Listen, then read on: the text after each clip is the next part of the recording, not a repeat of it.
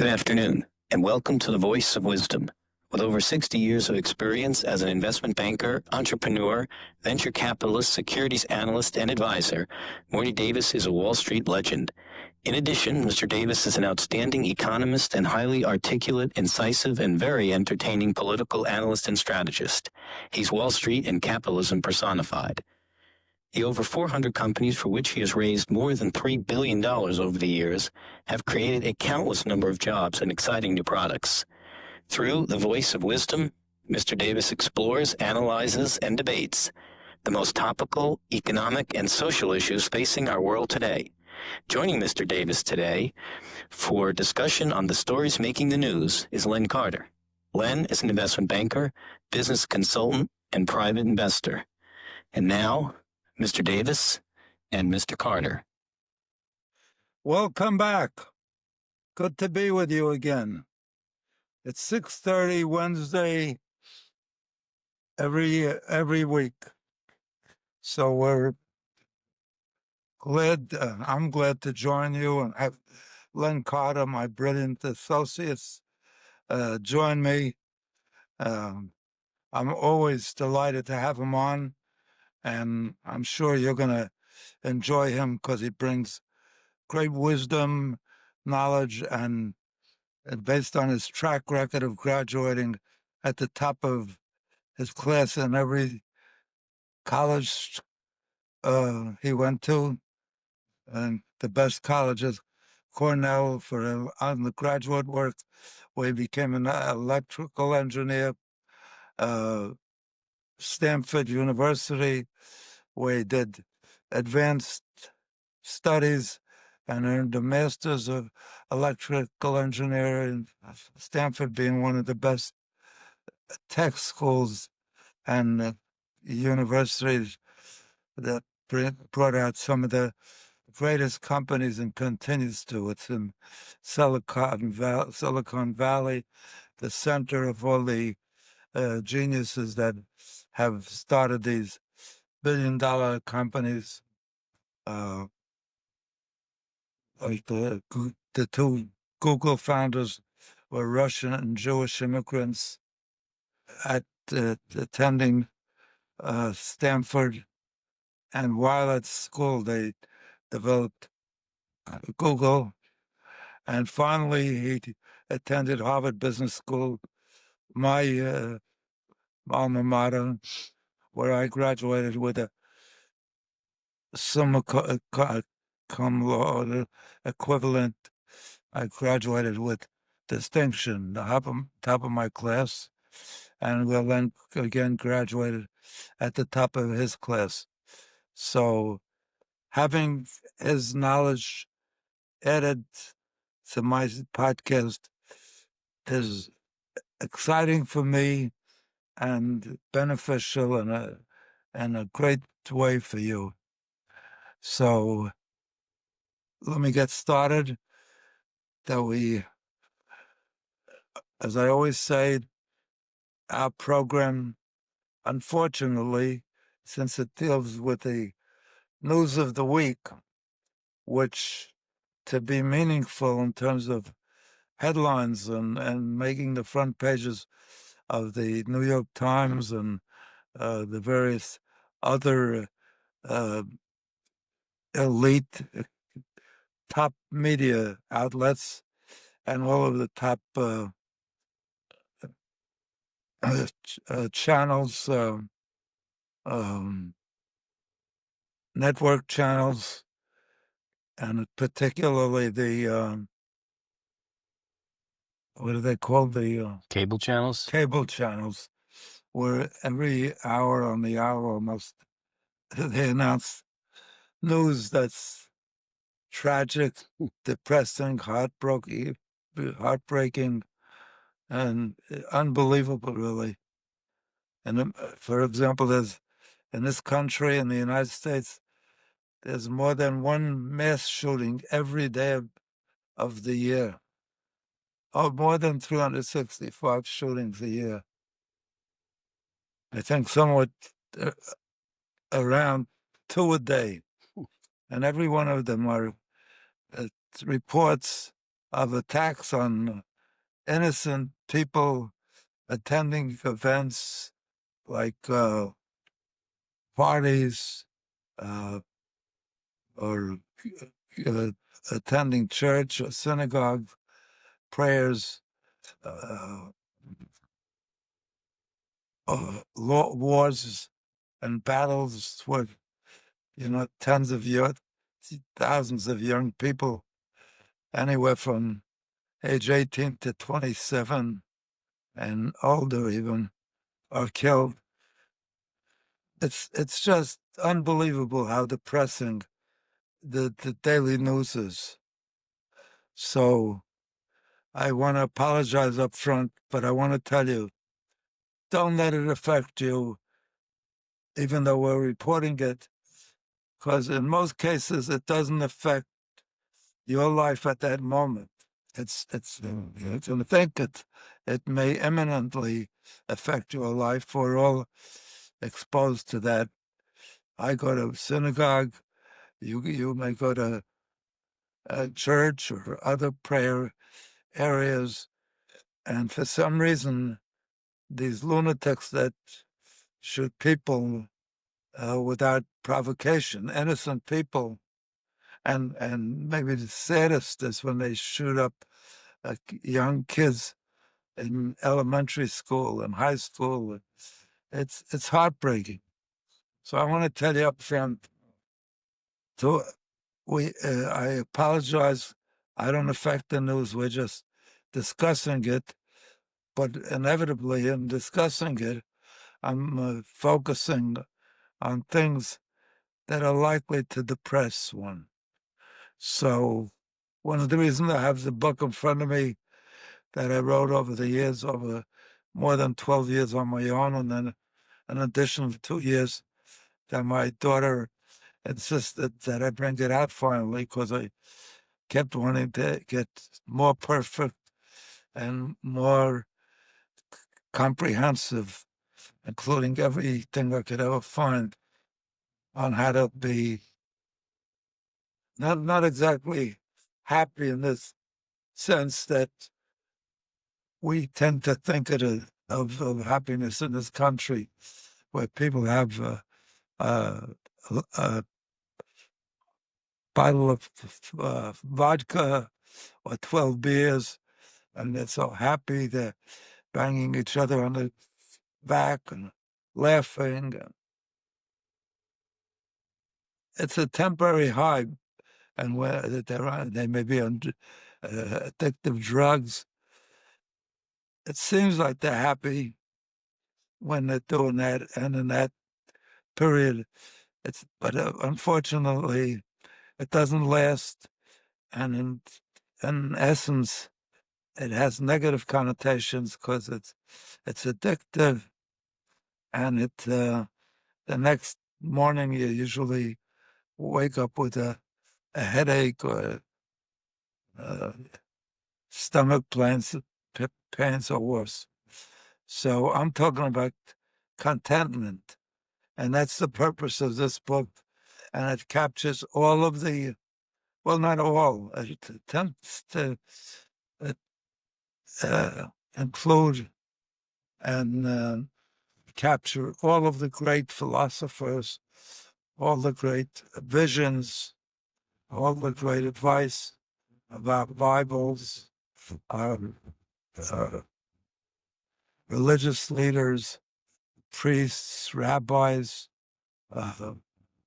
what have you, So it started, the motivation was I started by reading a book when I was very young and going through depression times myself, by Bishop Neil. What was this? Norman Vincent Peale. Norman Vincent Peale. Bishop, I think it was Bishop Norman Vincent Peale. He was the leader of a Catholic church in mid-Manhattan, one of the top churches in New York area and in the United States, in fact. And he wrote a book called The Power of Positive Thinking, which I fortunately came across, and it changed my life. I've been trying, if not always successful, but 90% of the time, forcing myself to think positively. And if you think positively, as Norman Vincent Peale advised and guided, he insisted and he taught that if you think positively, your mood is positive, and actually the results in positive results occurring in your life. So think positively, as I learned to do. But also, I want you to, more than that even, that was the basis on which I wrote this book. I looked up every biblical advice I could find, every philosopher, going back to the beginning of man's writing, and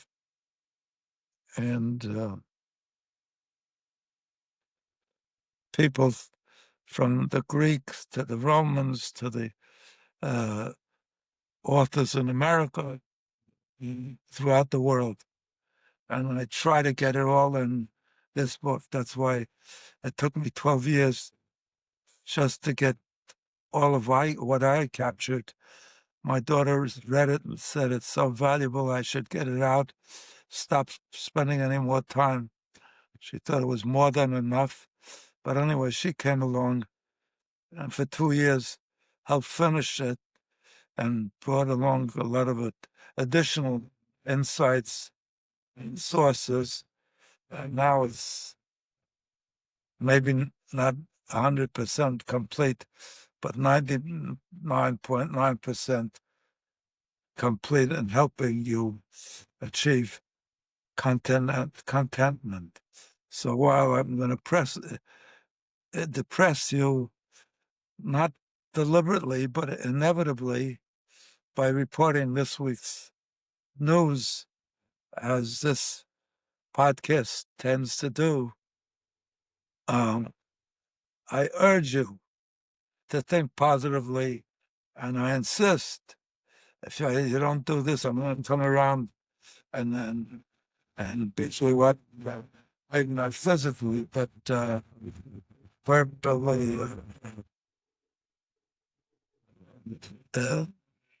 without having you to go to the hospital necessarily, but with the idea of making an impact so that you pursue it. And that's what I'm telling you. You're in charge of your own mind. Nobody else is in charge. If you don't let other people intrude on the thinking, then you're totally in charge. And don't let external events impact you, and make up your mind that you're going to be happy. Not in the sense that I just said, that you take an addictive drug or a shot of alcohol or beer or whatever, but just by virtue of the following the guidance that this great book gives you. And I say it's a great book, not out of conceit because I wrote it, but I keep getting brilliant comments by outstanding leaders and successful people in every walk of life, and tell me how much it's benefited them and how much more content they've become since they adopted many of the ideas in this book. So much so that I have developed this approach, since I'm so sure nobody, well, I can't say nobody, there always an exception to the rule, but so far nobody has come back and said I'd like my money back. If it didn't do what it promised to do. In other words, make me more content, or happier in the sense of genuine happiness, not temporary highs. So I've developed the best deal in the world, which in itself could make you happy, because I'm saying if you run out and get this book, which you should do right away, run out. Maybe not before this podcast is over, but immediately thereafter. If you acquire this book, lucky enough to get it as a gift from somebody who cares about you, who already has read it and begun to practice it, then if you don't find it beneficial, uplifting, inspiring, and all the good things that you want from a book that is looking to add to your contentment and genuine happiness, just send me back the purchase price of for what you paid for the book, or even if you can acquire it from the person that gifted it to you, I will refund it. Double that price, double the cost, double what you paid. That in itself, giving you 100% profit, should make you somewhat happier. So run out, get it, and go to work on it, so your life will be ever happier till eternity, and will make other people around you happier too. Because if you're happy, you convey that. You smile, laugh. On every page, it has humor and stories and uplifting anecdotes and all the great philosophers and all the phenomenal wisdom that has been conveyed to the rest of us over the centuries. So it's a all-win situation, because if you like it, then the rewards are enormous, more than any amount of money. But if you find that it's less than I promise, then you wind up with double your money back, and you can keep the book. I don't know of any other product that's out there. Most of the most promising commercials for drugs or supplements or what have you, to induce you to buy the product. Say, if you're not perfectly satisfied with it, return it to us, and we'll return your purchase price, and we can still keep the product. If you've already used it all up, you still get all your money back. But I'm giving you double your money back, and if you could have, of course, lied to me and get it, but I'm prepared for anybody that's willing to do that. I hope you wouldn't, and I hope you wouldn't run out and buy 200 books and get double your money back on 200 books. But other than that, you can't get a better deal in this world. So I'm so positive you're going to enjoy it and benefit from it and be uplifted and inspired and change the quality of your life for good from this day forward. From this day, at least, if you acquire this great book, Happiness Guaranteed, or your misery back. On the bottom of the page, the cover, I can see it on my screen, but if you have a larger screen, it says how to be happy no matter what. And it's true, because if you make up you're going to be happy, nothing can help deviate from that. You can be momentarily depressed, but just make up you're going to be happy, and you will be. And you won't let negative events or negative news affect you negatively. So without further ado, let me move on to this week's depressing news. You want to start? Sure. Len? Thanks for having me on the show again, Morty. I appreciate it. So, always a lot going on in the headlines. One thing we've discussed on numerous occasions, because it's been a theme, an economic theme of the Trump administration, which is tariffs, and how by imposing duties on imported goods, the theory that the Trump administration has is that will deter import purchases and make imports more expensive, therefore making domestically produced goods more attractive, and encourage more domestic manufacturing and production, which in the long run creates jobs for Americans and is good for the economy.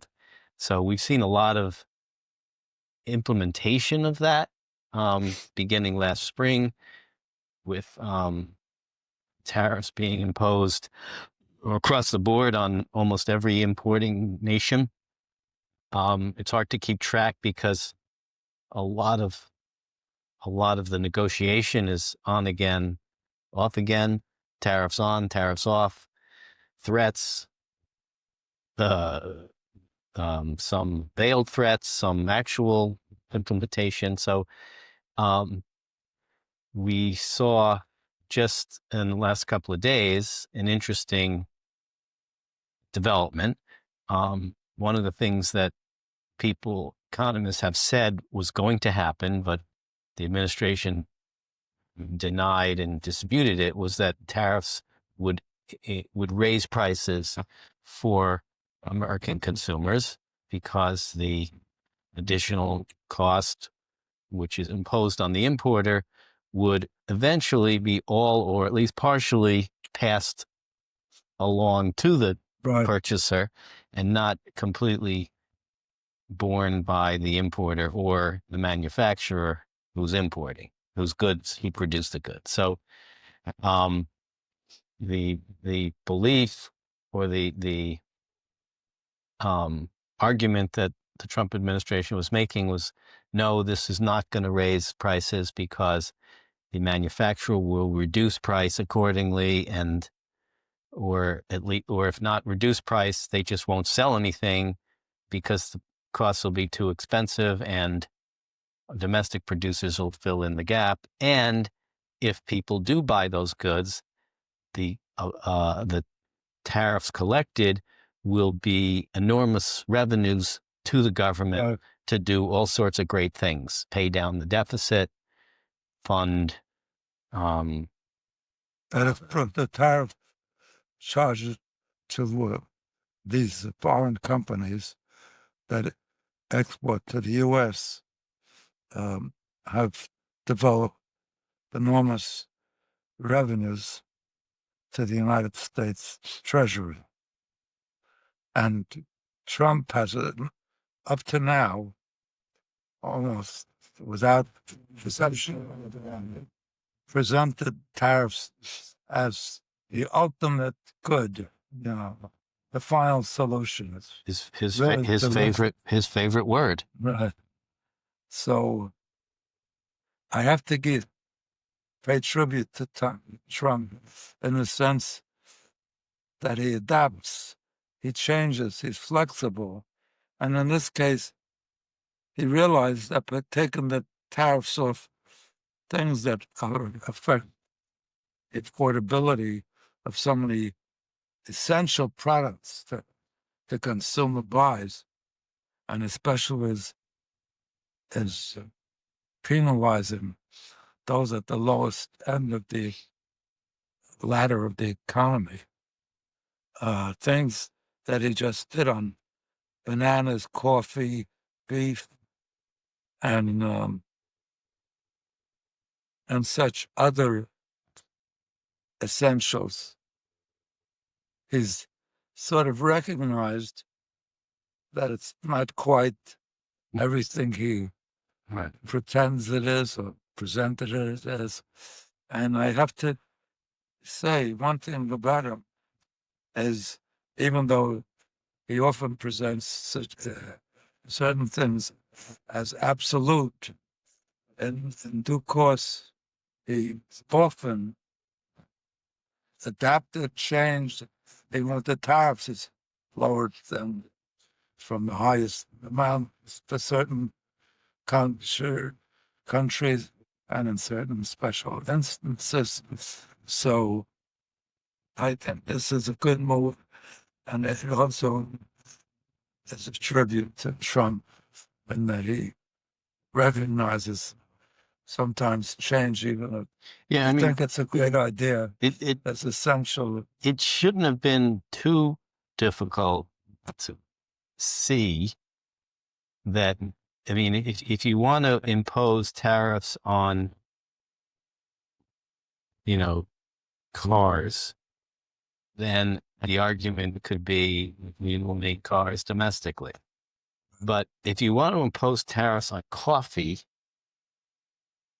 there's not a lot the U.S. can do to grow coffee as efficiently as some of these other countries in South America, where the climate is more conducive. Avocados that come From Mexico, right? So it's almost like a competitive advantage of nations, right? There's some things that just certain nations are better at. Now, maybe it's because they've developed, like intellectual knowledge. Like why are the Swiss such good chocolate makers? Right? I mean, there's nothing magic about. What's the secret? I don't, no, but why is Swiss chocolate so good? I don't know why. Well, because they've developed an expertise and a knowledge base in making. Although Hershey in this country, it's pretty. But but it's certainly not because the climate in Switzerland is But why is Mexico good at making avocados or Brazil good at coffee? Well, because the climate, it's a natural advantage, right? So competitive advantage of nations can be from different sources. Some can be like an intellectual advantage. Like, why is the U.S. good at making trouble? Media content, movies, so, but in terms of predicting that, it shouldn't have been too hard to see that imposing tariffs on coffee is not going to result in U.S. domestic production increase in coffee. I mean, so you might as well just be happy that Brazil has the right climate to make coffee cheaply. And so, or for example, the rare earths that are mined only in certain countries. right, No matter what we do, right, till we develop some right, laboratory. right. So how is tariffing lithium going to help U.S.? It's not. It's only going to hurt them. Right. I don't think we put a tariff on lithium. But semiconductors, Taiwan makes that. They may be ahead of us. So we if anything, we want to encourage them by paying them even more, so we can have access to the product. But it's interesting because the one thing about Trump is, I mean, sometimes he will dig his heels in, but other times we will adapt. Never admit it's wrong, but just adapt, just change. Now it's the greatest. Unfortunately, too often in attacking Trump, his adversaries don't give him any credit for anything. In other words, they're always beating up on him as if he was a total disaster. And certainly in foreign policy, I would encourage the Nobel Committee to award him a Nobel Prize because he has helped end a number of military conflicts throughout the world. He's a talented game changer, negotiator, in an area that's important. We should cut out all wars, but so far he claims he's ended 8 different conflicts throughout the world, whether it's 8 or 6 or even 4. Most people that ever get a Nobel Prize don't do anything of that magnitude. I mean, what hurts any administration, Trump or Biden or anybody, is that what people feel the most is affordability and kitchen table issues. And so, foreign policy wins are good, and they help the country, and they help all Americans for sure, because it's a safer world is better for everybody. But, I think, and we saw this a couple of weeks ago in the elections where, affordability was a issue. And, it's, I think, now starting to, the effects of the tariffs, as economists predicted, when they first were imposed 6 months ago, there was a lot of, anticipation. So companies advanced purchased, and so it didn't immediately result in price rises. Now you're looking 6 months later, and now you're starting to see some effects. That affordability issue is one that people experience every single day whenever they go to the grocery. Maybe if you're a multi-millionaire, it's an enormous impact in their attitude towards the government, as opposed to policies that don't impact them every day, that they don't feel as and I think often and unfortunately for proponents of tariffs, I think that economic lever is something that is more easily understood because it's a duty imposed on a good, and that has typically a relatively quick impact on prices. And so a lot of other effects on the economy and prices, involve much more intricacies of different elements of the economy. But here, and particularly the detractors of tariffs, can point to something which I think people can readily understand. Look, if you are importing a pound of coffee and there's a 50% or 100% tax on it, and that is partly passed through to you, your bill, your grocery bill will go up.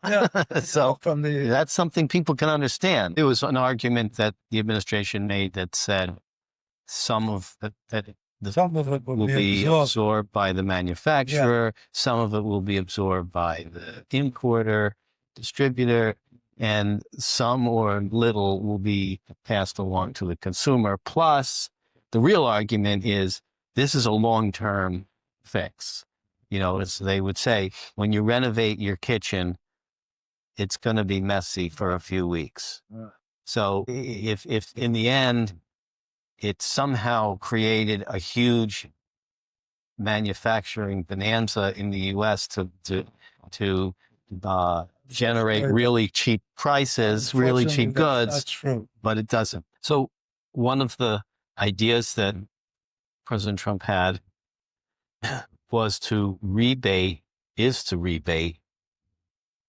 $2,000 from tariff money collected back to consumers Right. as a way to, sort of address this affordability issue. So do you think that taking the money in the form of tariffs and then rebating it back in the form of Right. rebates is a good move, or should you just not take it in the first place?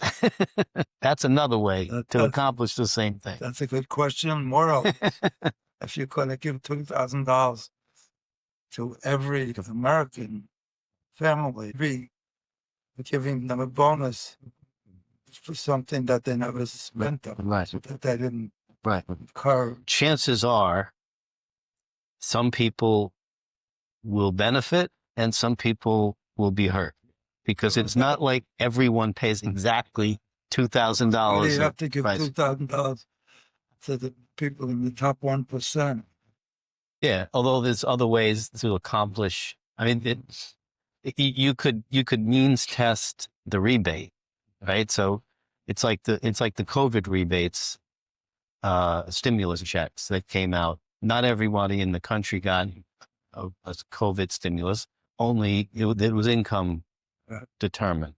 So here you could do the same thing. You could say you don't. None of it goes to the Right. top 2%. Right. But there's other ways to accomplish, that's wealth redistribution, right? There's other ways to accomplish that, mostly through the tax code. Yeah, well, the greediest. So you could just modify the tax code to accomplish the exact same Greediest thing. capitalists. Capitalists is a way to motivate people to be productive and share that productivity with the whole country, with all of the consumers. But the idea of rewarding the wealthiest people that don't need it is counterproductive, because now you're taxing your own treasury, distributing funds like you desperately need them to meet the deficit as it exists, and further, exacerbates the deficit or the debt of the country that's now overwhelming. It's more than 100% of the GDP. A lot of the most greedy capitalists always say, "What are you taking my money away? What I earned, what I worked hard to earn, and give it to other people that aren't even working." So that seems like a fair argument. Unfortunately, the people at the bottom that are working 40 hours a week and can't meet their, based on the low pay. If they had a minimum wage existence, made sure everybody earned enough to live a decent life, then there wouldn't be this problem, where to the point where they can have enough money to buy food as well as the drugs they need. And so that's what we designed government for, to sort of adapt the economy. So at the end,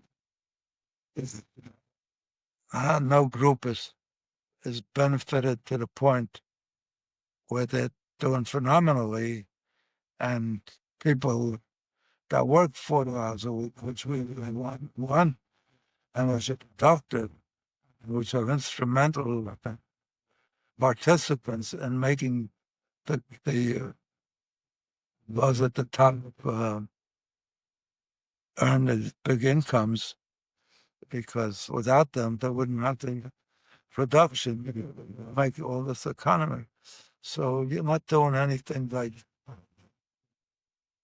that's counterproductive to their interests, because the extent that those at the bottom, and also you make a society healthy, because one of the reasons a lot of people at the bottom where there's a lot of crime, you're creating the problems, and particularly those at the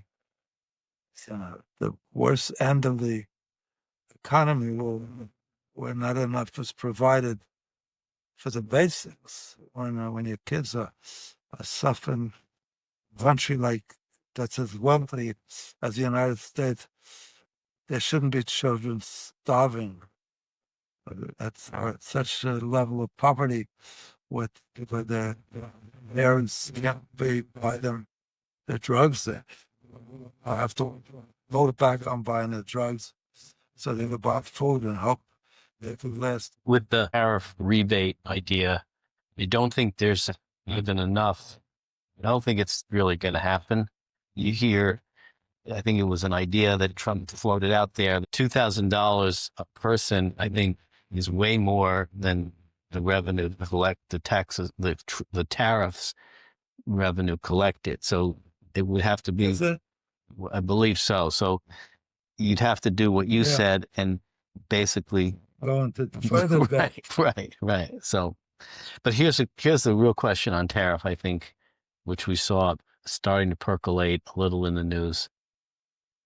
People from the very beginning said tariffs are tax, and the Constitution explicitly gives Congress and only Congress the right to levy tax. It's not the executive branch, but the legislative branch. That's why we have the three branches of government. And this is a clear overstep about it. So there's this thing called the Emergency President Act, where presidential powers, where in certain emergency cases, the president has been granted the power to do certain economic things, which might be construed as taxes, like tariffs for certain reasons. This issue's now gone to the Supreme Court. I think they've had arguments.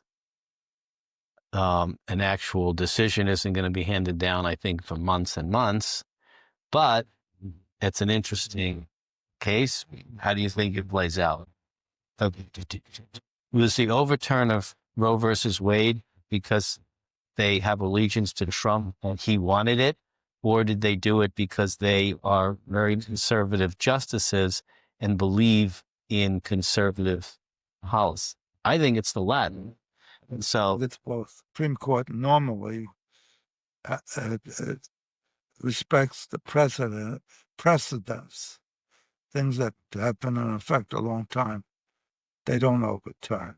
So normally, it was normally, Right. but I think these justices are so bent on instilling conservative value into the country that you don't need more proof than when they were appointed, when they came before the Senate committees, confirmation hearings. confirmation hearings, were asked specifically, Yeah. How do you feel about the abortion issue? And almost universally, even those that strongly were advocated by Trump, said, "Oh no, we would never change precedent." We would. And then the minute they were appointed, they disregarded their own testimony and voted to eliminate these precedents. Yeah, I mean the Politics is politics. the argument. You make your case depending on what you think is good for you momentarily. What I heard, If it wins the president's favor and that's what you're looking for, then you vote that way. If you want to win most of your constituents and you think they're very excited and eager about this, you'll probably adhere to that.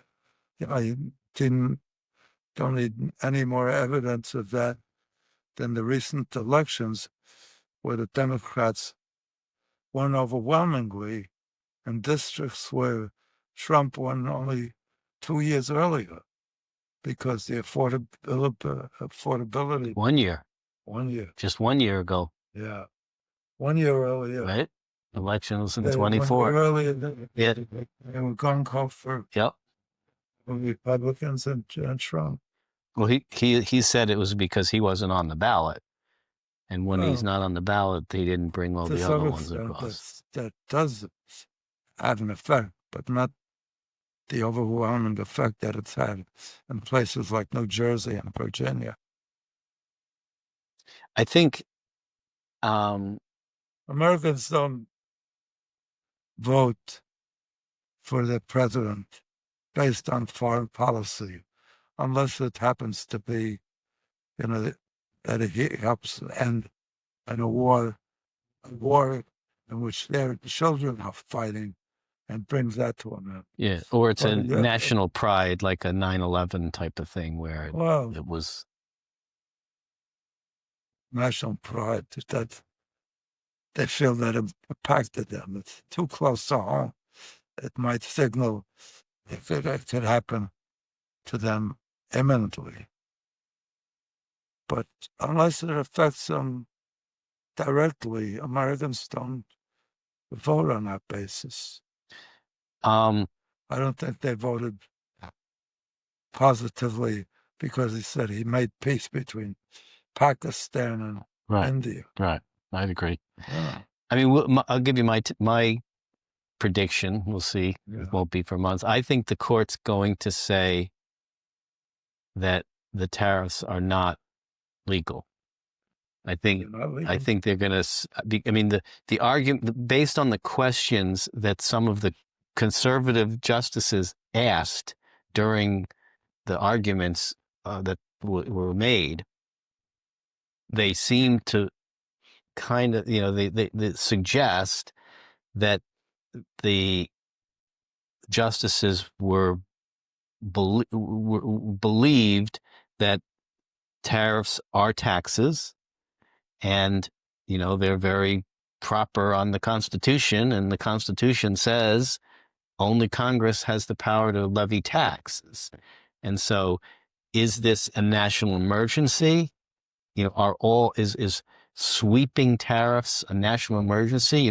Could you get away with it if it were targeted at one country for one reason, because it's a national issue or some kind of strategic security issue or something? Maybe. Yeah, Trump took the But step he did. initially saying where it's a national emergency, everybody is Right. ripping off the United States. Well, he also All said the it other was because of countries. drugs and fentanyl and everything, and it was security. But No, but he said it was essentially, I think he stressed that all these other countries were taking advantage of the United States.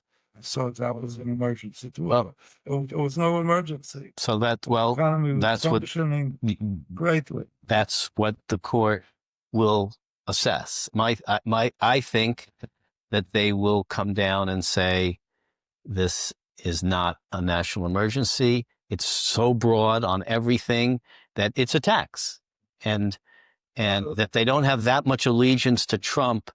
I think with Roe versus Wade, I think it depends on that. See, but I agree, but I just don't think they have that. And I think with Roe v. Wade, there was such the abortion issue that they so much wanted. A lot of our listeners aren't so attuned to the names of Supreme Court rulings that they know Roe v. Wade.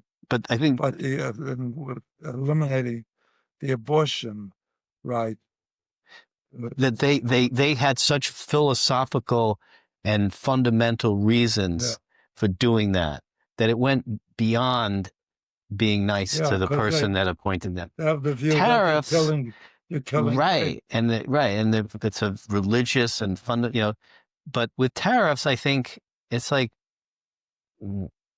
yeah, it's nice that Trump appointed them on the court, and it's nice that he's conservative and they're but I think in this case, I think they're going to stick to the more even originalism with that, Well, I where just it's wanna- where it says, right?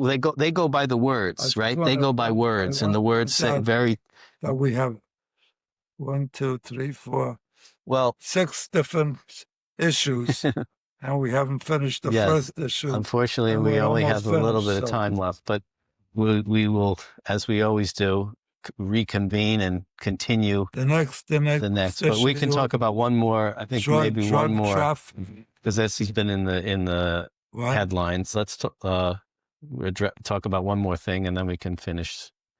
I guess after Thanksgiving.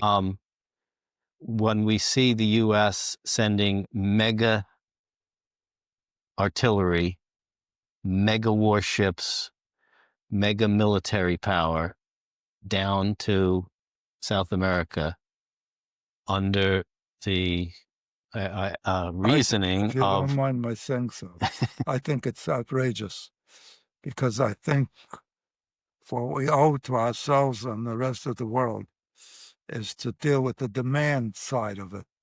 The United States allows somehow more of this trafficking and sale and purchase of drugs. That's an inducement because there's so much profits in it. If we reduce the demand, there would be much less. Because even just on Tuesday, the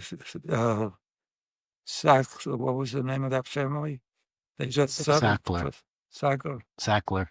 Sackler, I think. Sackler family, you're right. The Just opioid case. for over $7 billion. And that was domestic marketing.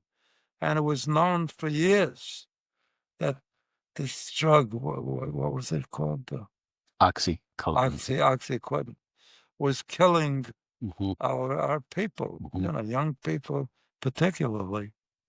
And till they finally stopped it, it was marketed in drugstores and prescribed regularly. Yep. Painkiller. Yep. It's okay that it was prescribed as a painkiller, but there was one city in the United States, or one not city, maybe town or vicinity, where the number of prescriptions written for Oxycontin was more than the total population, because doctors were induced by the Sackler family and by the what was the name of the company you worked for that is the major advisor in the world. They were paid hundreds of millions of dollars to help the Sackler family figure out how to get doctors to prescribe it more often. What was the name of your McKinsey. Funny, because Kinsey was the man and woman that Kinsey research that determined the sex act of it. Yeah. I never realized Kinsey was part of McKinsey. Then you just said it. But they were sued for tons of money because they were figuring out how to sell more of this.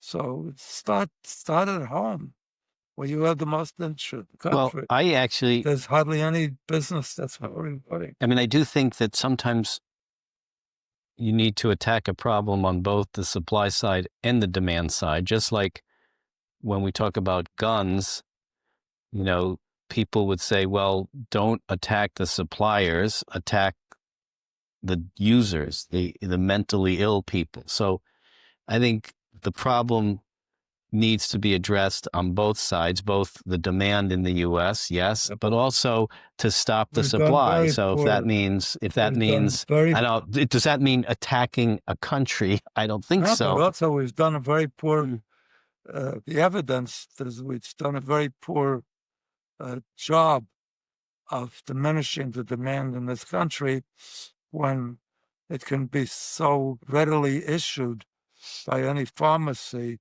just by putting down It's a painkiller or whatever.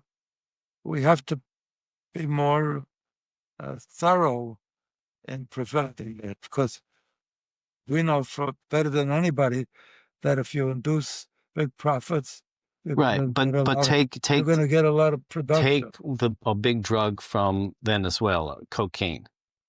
So, there's demand for cocaine in the U.S. That's why Venezuelan drug suppliers spend a lot of effort to find ways to smuggle it into the country. So you can address that issue by somehow trying to reduce the demand, by making punishment higher, or by somehow convincing people that it's not good to take cocaine. But you could also partially address the problem by making it harder to get drugs in. Given the fast that doesn't mean blowing up the country that supplies it. Given the enormous profits of that activity, if Venezuela doesn't supply it, Mexico is induced to, and other countries throughout the world, maybe China even. So you got to take away the incentives. And nobody understands that better than the United States, because capitalism based on, if you can make more money, add something, you're going to get a lot of activity and a lot of participation. So how do you take away the incentives for people to use cocaine? You get tougher on punishment, on the distribution and use. On the distribution. So you can't get it. One of the problems with that is the tougher you get, the higher the price gets. Right. So it becomes more profitable. So, well, Lordy, all right. How do we stand time-wise? So, it's over. Yeah, so we'll thank you all for... good things have to come to an end. Yeah. Unfortunately, we're advised it's been over for a few minutes. So, thank you very much for your participation. I love you. I look forward to being with you every Wednesday at 6:30. Have a great week. Have a great every day of your life. God bless you and all your loved ones. And for myself, on behalf of myself and Leonard, we wish you everything great, and hope to be back with you and you with us a week from tonight. Bye.